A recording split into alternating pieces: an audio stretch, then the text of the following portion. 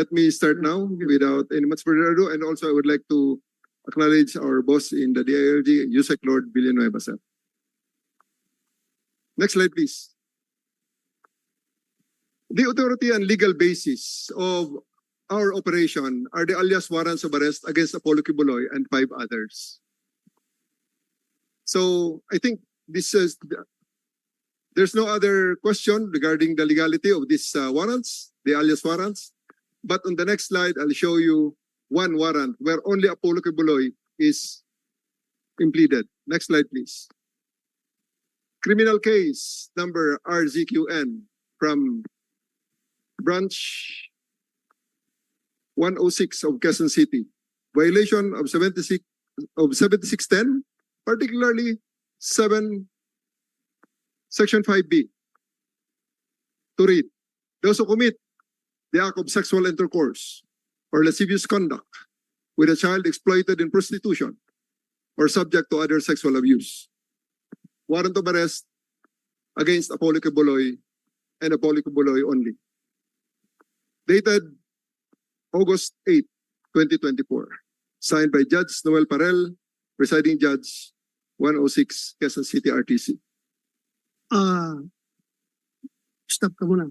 Yes, Your Honor. It would appear, Your Honor, that General Torre would seem to legalize his the violations, wanton violations of constitutional rights of my clients, Your Honor, because of his alleged, sensitive information of the presence of these bunkers. It is our humble opinion, Your Honor, that if this is so, this should be subjected to judicial scrutiny. He should be able to present proof before a judge, because even in anti-terrorism law, Your Honor. In short, they need a search warrant. Yes, Your Honor. They need a search warrant. He does not You have to have secure a search warrant. Yes, Your Honor. And because all of these would involve very intrusive searches and possible destruction of properties. Can we justify that just because he has an arrest warrant? He is creating a precedent here where violations, severe violations of human rights of third persons would be allowed simply because he has an arrest warrant. This is what he is doing now, Your Honor. Yeah, we are in agreement as far as to that issue is concerned.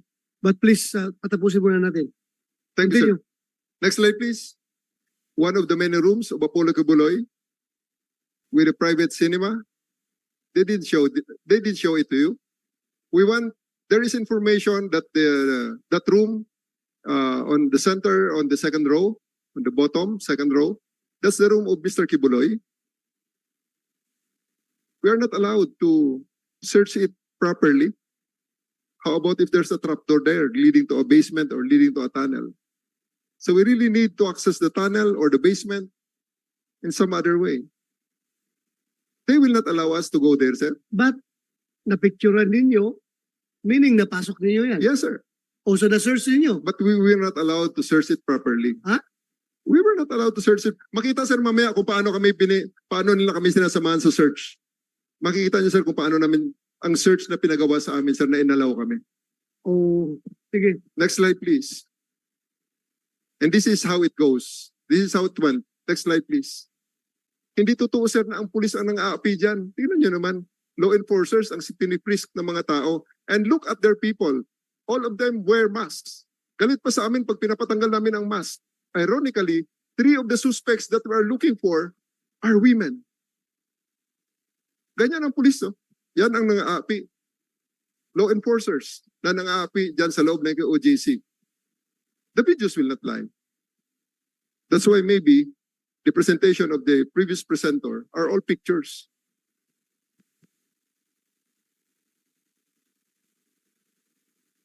We have to endure that kind of humiliation.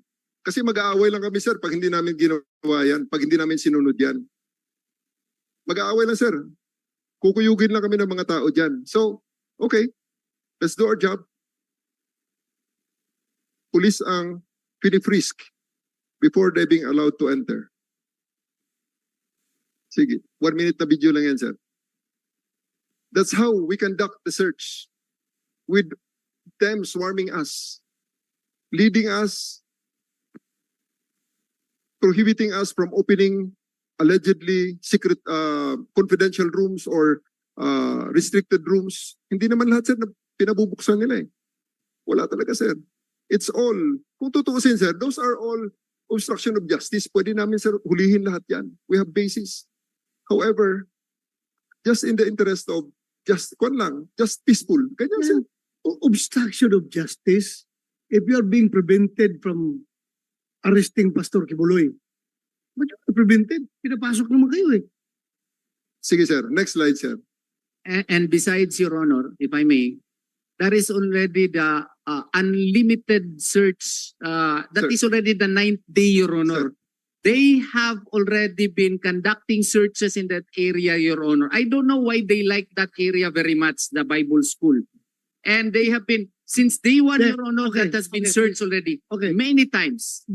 bakit Can we continue, paborito sir? niyo? Bakit paborito niyo yung That's, Bible that's school? only the third. Balik-balik. Makikita siya sa sunod, sir. May sketch na kaming ginawa, sir. Next slide, please. Continue. Very cooperative, sir, di ba? They are delaying us. That's a very big building. They are delaying us from proceeding to another section. They stop us in the middle of the search. So that, for whatever reason, they are delaying us. We have to ask them if we can open doors. We have to ask them if we can proceed through these pathways. And we only have 10 police women. Why? Next slide. At may mga threats pa dyan, sir. Maririnig natin dyan. Pati mga anak namin, damay. Sige lang, next slide na. Next slide. In the rest of, para mabilis tayo. If I were you, if your purpose there in going inside is to arrest Pastor Kibuloy, Yes, sir. you allow only 10 women without firearms, Yes, sir. pinrest pa ng mga taga-QGC. Yes, sir. Paano ngayon kung may armas si Pastor doon sa loob at niratrat yung mga pulis mo? That's one of the Payag ka na mamatay yung mga 10 mong pulis. risks that we have to take, sir. Just one of the For risks that me. we have to take. For me, if I'm the commander, that's a very wrong decision. I take responsibility Para for sa that, sir. akin, very wrong decision yan kung mag-aresto ka, babae pa ginagamit mo, walang armas, 10 lang, tapos, what? Hindi mo na-imagine? Just in case, ha? Just in case lang. Granting na hindi si Pastor Kibuloy hinahanap na ninyo. Kung ang hinahanap nyo doon naghintay sa loob, may dalang armas, nirat-rat yung mga police women, patay yung 10. We'll consider the SWAT next time, sir. That's a very wrong decision. I will consider you the SWAT to- next time. Yes, sir. I take responsibility for that, sir. Please continue. Click on the video, please. Sorry ha. Okay lang, I'm just sir. trying to Okay be- lang po. I'm just trying to Sir, be ganito. rational here. It's okay. I'm just trying to be fair here. Next slide, please. So, dito, sir, obserbahan niyo yung aso. Aside from the technical equipment, ito ho ang aso nang pumasok dyan. Tingnan niyo yung aso sa lower right. Scratching the floor, indicating that there's life beneath. Rescue dog yan, sir. Naghahanap yan ng mga taong trapped under the rubbles. Tingnan mo, sir. Unless na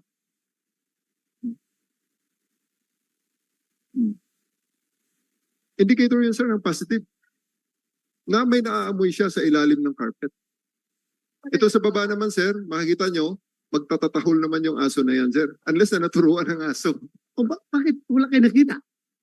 Hindi pa namin, sir, nabubutas yan, sir. Ha? Hindi pa namin nabubutas Bakit yan. hindi nyo binutas? Bubutasin natin, sir. Ha? Later on, sir. Yes, sir. Oh, Hindi namin- You're prolonging the agony. Nakita ko na yung kuha na yung aso, signaling positive presence ng life to sa ilalim. Bakit hindi na nyo kaagad naksyonan? Hindi pa kami, sir, nakakapapas. Diyan, sir, kasi cathedral yan, sir. Take into consideration the sensibilities of KOJC. Hindi namin, sir, gagawin yung butas yan, sir, na kasinlaki nung ginawa namin sa basement. Because if they will allow us, If- we'll if you enter really a want- drilling If you machine. really want to arrest Pastor Kibuloy, Yes, sir. We'll use, 13 days na eh. Bakit hindi nyo ginawa yan? makita naman natin, sir, yung resistance on the first 1 week na talaga, sir, na we cannot bring in the equipment that we need. They really want, they stop us, yung sinasabi nila, sir, na x-ray. Kita mo, sir, pati ang pickaxe, hindi namin maipasok ng basta-basta. That's why I really, after those Alam mo, their allegations, Alam mo, Nick, everything will be settled. Yung paghaharang nila, hindi din haharang sa inyo kung meron kayong search warrant. Gawin ninyo ang search warrant para... sir, we cannot apply for a search warrant. Considering that search warrant is used for contraband things and illegal items, we are not alleging that, sir. What we are looking for is a person. No judge will issue us a search warrant because we do not allege that there's drugs there. We do not allege that there are illegal items there, sir. The search warrant will only cover things because it will say that you are commanded to bring to me this caliber 45, which is illegal in the possession of Mr. Salvador. Yun, sir. We cannot Correct. I make agree. lies. I agree. Yes, sir. Thank you, sir. Right. So, ayan, sir, ang mga indicators na hindi namin pwedeng i-ignore. So, again, that's what I said before. We'll drill holes in there, sir, with the approval of the with or without the approval of the GMC. But we want to leave a very small footprint. We want to bring in a borehole drilling machine, which will only make a 4-inch or 6-inch hole where we can put down our telescopic cameras to ensure to inspect what is beneath, maybe 10 meters below the ground. Yan, sir, kahol ng kahol. No? So, hindi naman pwede namin paulit-ulitin yan, sir, because the dog will, may mga restrictions din ang pagpaulit-ulit sa aso at masisira rin ang kanyang, masisira ang kanyang training pag paulit-ulit na lang na wala kaming ginagawa. Next slide, please. His room in the ACQ College of Ministry is the most lavish so far. Next slide. With a jacuzzi to boot.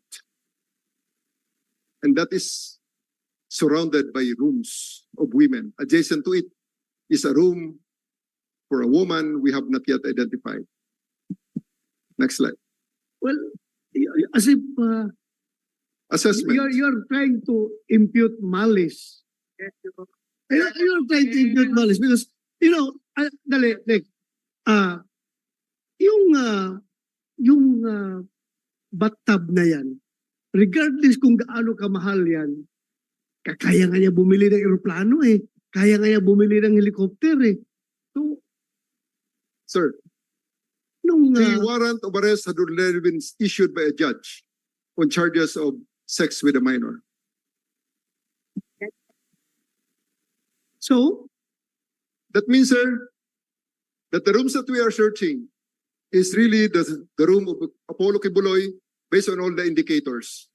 Kaya lang, sir, tagus-tagusan ng mga kwarto, tagus-tagusan ng mga pinto. Kailangan namin, sir, search on our own terms, But not on the terms of... you agree with me CODs. that all you are saying are all theories. Yes, sir, of course. Kasi have you seen Pastor Apollo Kibuloy making sex with the children in that bathtub? We are not saying, Wala naman, di ba? we are not saying, sir, it's in the warrant. Because you are trying to impute malice in your statements. No, sir. I'm not imputing malice. I'm just Well, reading what hindi is naman, in the... I was not born yesterday.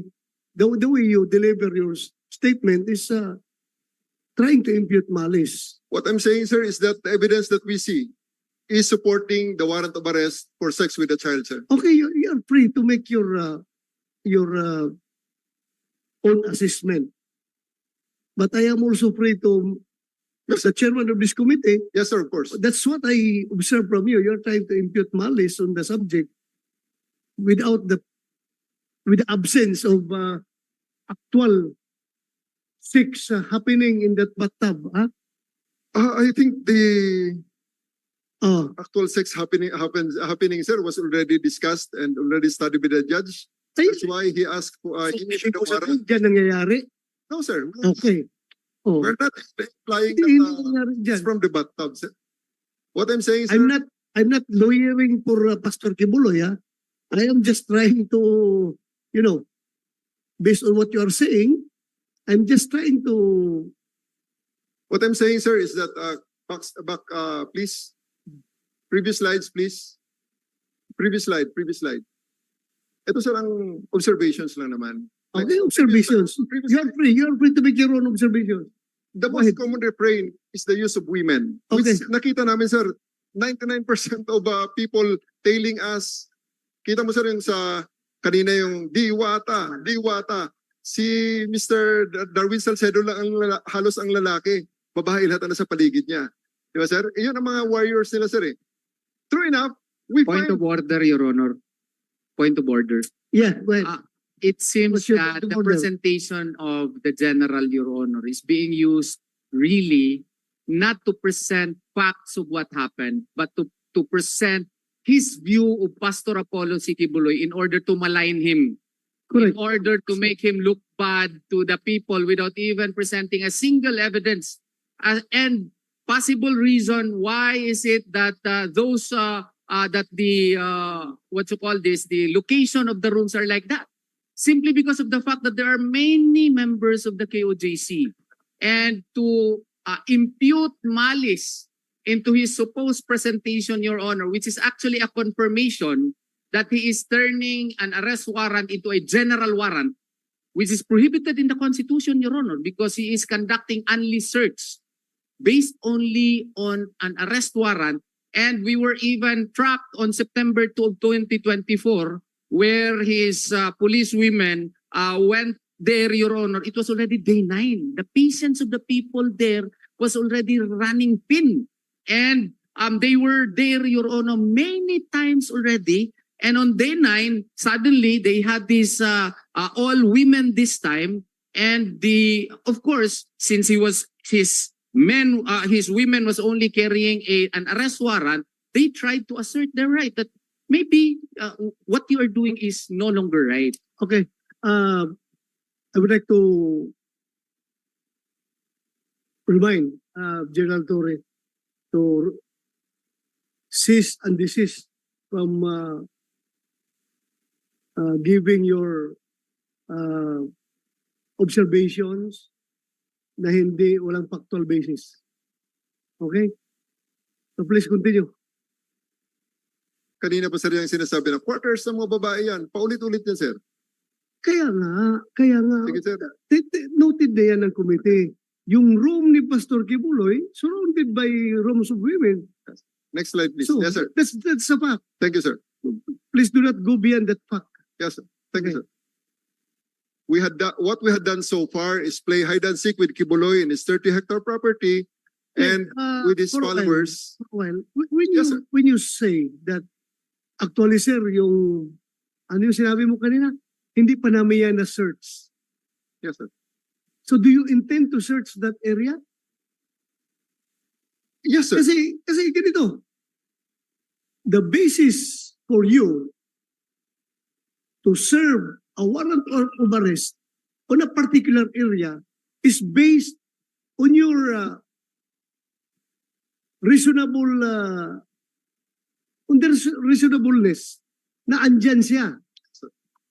Ngayon, you mean to say na sabi mo na naman na ando na naman siya sa yung area na hindi mo pa na-search? The area, sir, is the area that we reasonably believe that where he is the KOJC compound.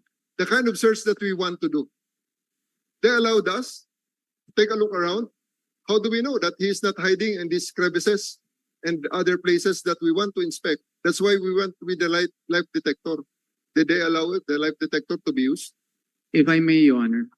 Actually, if I may, Your Honor. Yeah, go ahead. On August 24, Your Honor, in the morning, when I was prevented in going to the hangar, I walked, Your Honor. It's very hot. And I went up. It's a long walk. I decided to go to accompany the search in the SMNI area, studio. And it was there where about 18 policemen, Your Honor. No, that's around 14 policemen who went inside the SMNI studio, Your Honor, and they searched all the nooks and crannies during the first day, alone, Your Honor.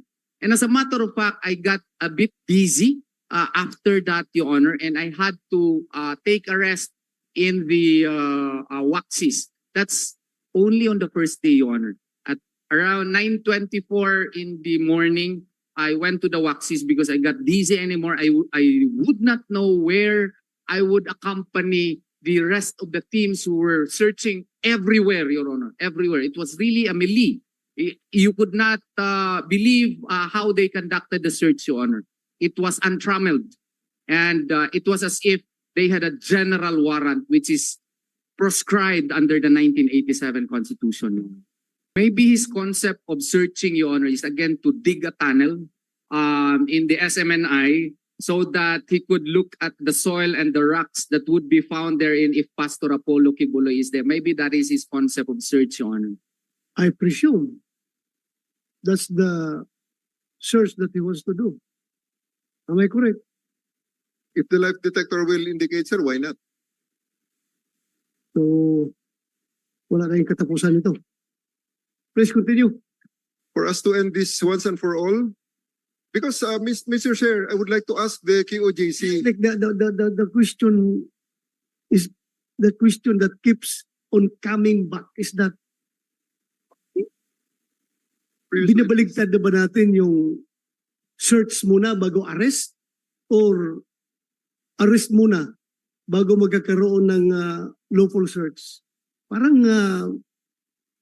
binabaligtad na natin yung procedure. Sir, we are implementing a warrant of arrest, sir. There is a command Correct. from Yun, the judge. implement yung warrant of arrest. Kung na-arresto nyo yung tao, you can conduct a lawful search. Hindi pa nga dapat sa vicinity, kundi on his person, We're not, yung search. the search incidental to a lawful arrest, sir, is a search for weapons and for the safety of the arresting officer. But right now, sir, we are not searching for any weapons. We are searching for the person to be arrested because we have reasonable ground to believe that he is in the KOJC compound. As And to what, where what is that reasonable ground to believe? we have informants, we have surveillance, and may others, sir, that I will reveal to the Senate committee on an executive session, sir. Thank you. Thank you, sir. Continue. We will not stop until we arrest the fugitives because this is our duty. And most importantly, we cannot and will not abandon the once voiceless victims of Apollo Kibuloy. Thank you, sir. And may God bless us all. Thank you. Mr. Chair, Yeah, right. Mr. Chair, first, if we will follow the recommendation of General Torre, we are in fact legalizing the forcible eviction of thousands of residents just because he wants to serve his warrant of arrest, which he already turned into a license, and if not, more powerful than a search warrant. And if only lawyers will be there, Your Honor, that is a very unique example where the police would now dictate what law is. And as a matter of fact, in a search warrant, the only requirement is that two persons of sufficient age and discretion, no, which is required to accompany the search. That's the rules of court.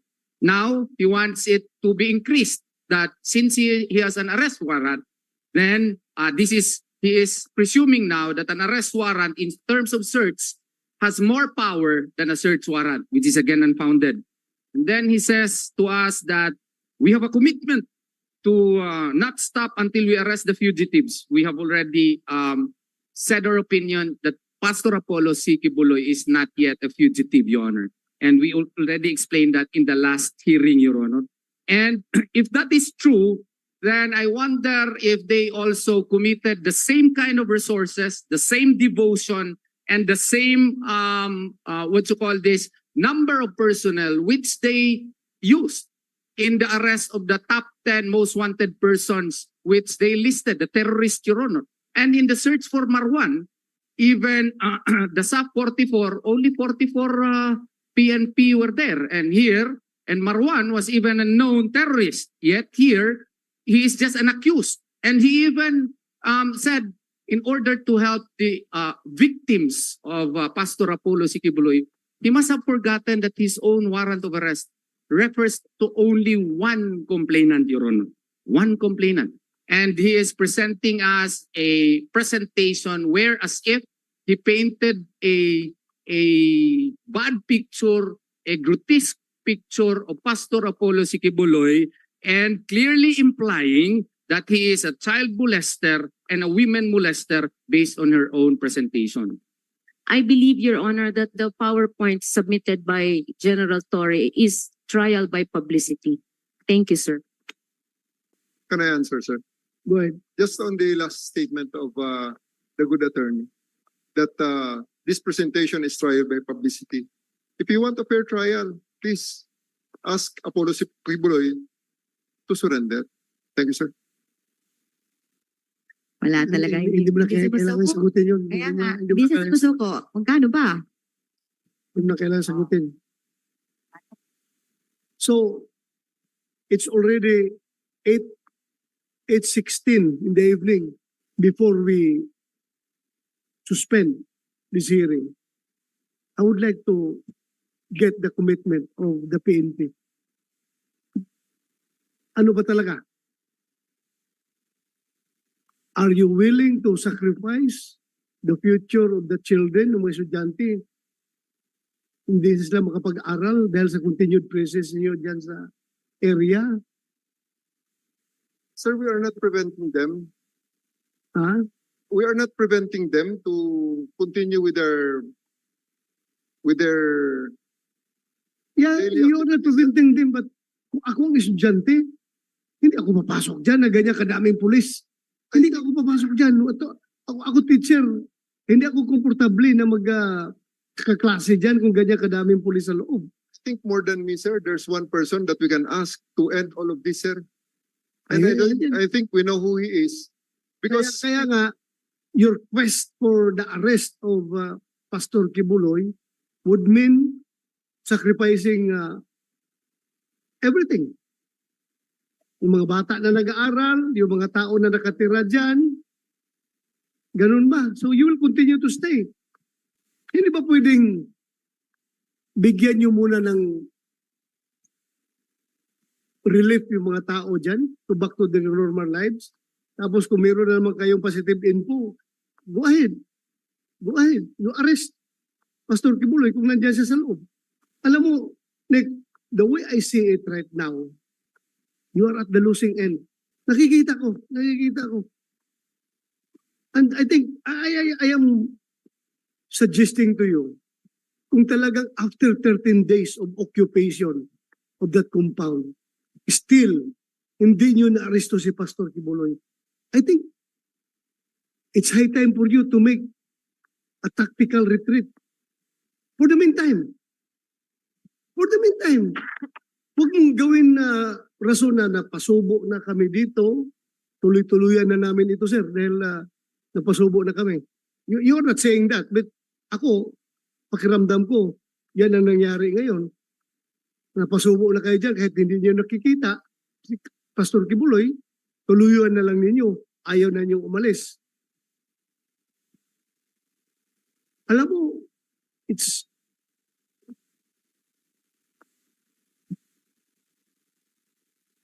kung babalik sa normal yung buhay ng mga taga QJC, pag umalis kayo dyan, pati yung mga pulis natin, babalik rin sa normal yung buhay nila.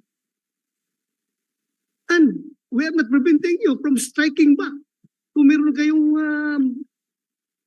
mabigat na informasyon na nandyan talaga si Pastor, pasukin nyo, arestuhin nyo. Pero continuously staying there is detrimental to both of the parties, QJC at saka kayo, police. Detrimental to both sides yan. I am appealing to you in the name of humanity. Please be human enough to consider all these things. Please be human enough. I cannot give you a direct order, although gustong-gusto ko talaga sabihan kayo na umalis na kayo dyan, but I cannot give you a direct order, otherwise it will be a legislative overreach. I am not part of your chain of command. Hindi ko kayo pwedeng orderan dyan.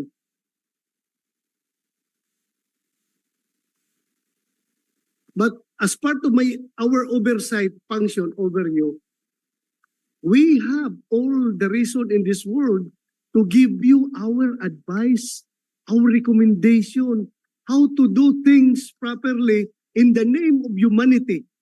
Magiging normal ang buhay nila, magiging normal ang buhay ninyo kung babalik kayo. Then kung meron naman kayong informasyon, go ahead. Nobody's stopping you. Pero yung ganyan tuloy-tuloy na lang kayo, I am running out of reasons to explain to the people why are these policemen are still there after how many days continuously occupying because gusto nilang kalkalin lahat ng lugar. Ay,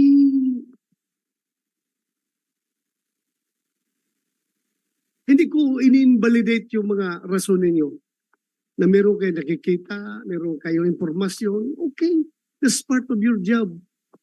Pero sa ngayon naman siguro, you cannot justify your existence there inside the compound for how many days na. I know you're pressured by your commanders to arrest Pastor Kibuloy. They will not give you 3,000 people from other police regional offices. They will not support you with that gargantuan number of troops just to arrest one wanted person kung walang imprimatur yan galing sa taas. Napipressure kayo. But because of that pressure, napapasubo na kayo, nahiya na kayo umatras. I am giving you the advice. As early as now, you can make your tactical retreat, however you term that, strategic retreat, you can do that. Pero kung sabihin mo sa akin, General Torre, that you will still continue to stay there, I don't know how to explain your continuous stay in that area, armed with the warrant of arrest. After 13 days, hindi pa niyo nahuli yung hinahanap ninyo. I am running out of reasons. I am running out of justifications. I want to help you. I want to help you justify your actions. Dahil mga tao ko kayo dati. I'm trying to help you. I am trying to justify your actions, but I am running out of justifications. Ngayon sabihin mo, tuloy-tuloy niyo pa. Well,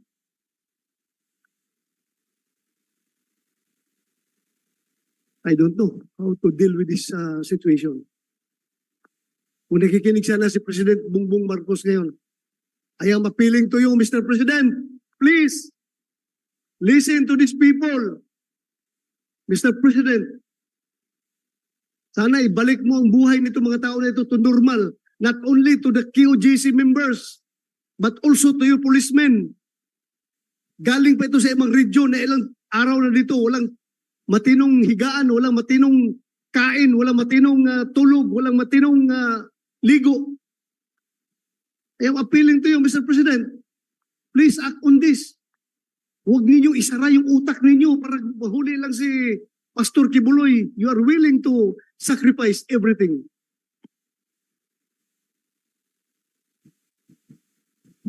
That's only an appeal. I hope you are listening.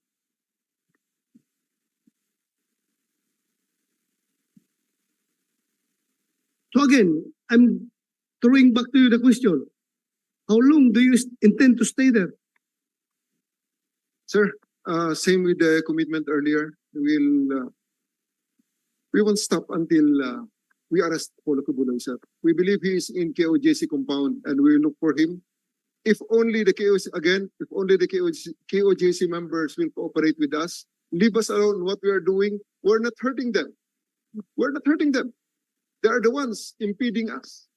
We want to go into a building, why impede us? Stay away.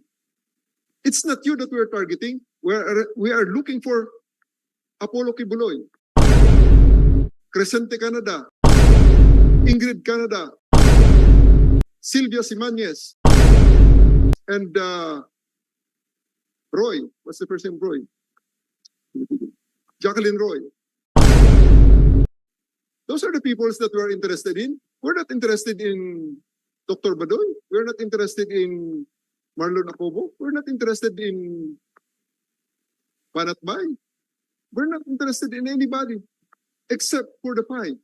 Let us look for them freely in these areas. They say that these are sacred grounds. We see that, anyway, sir, this is really of no point of debating, considering that the court order still subsists, and it will be a great dereliction of our duty if we will stop and we will not comply with the court order. We have positive information that Mr. Kibuloy is in the compound, and you have seen the challenges that we faced in the past 13 days. And of course, I would like also to, pasensya na po kayo, dahil kung isa lang talaga, there's only one person who can end this all. The Son of God. Claiming to be the Son of God. Kasi nga naman, ang Son of God, nakilala ko, na nabasa ko sa libro, nagpapako sa krus para sa kanyang mananampalataya. Sana naman itong Son of God, sa ngayong ito, can take the cudgels, hindi niya kailangan magpapako sa krus. You are also a son of God. I am also a son of God. Everyone here is a son of God. A daughter of God. You did not emphasize that. Everyone is. Lahat tayo dito, anak ng Panginoon. And also, sir, may I take this chance? Okay. Maybe the KOJC has the impression that I take joy and pride in doing this. Pride maybe because I'm doing my job, but I don't take any joy in this. My children are harassed by KOJC. They know my house. They've been delivering vegan chicharon in my house in Marikina during the time that the SMNI franchise was revoked, and the reporters were turned to sellers and fundraisers of sacks and sacks of vegan chicharon. I've been buying from them. I've been supporting them. They're my friends. I don't take joy in this job, sir. It's just because they took the oath that I'm doing this to them.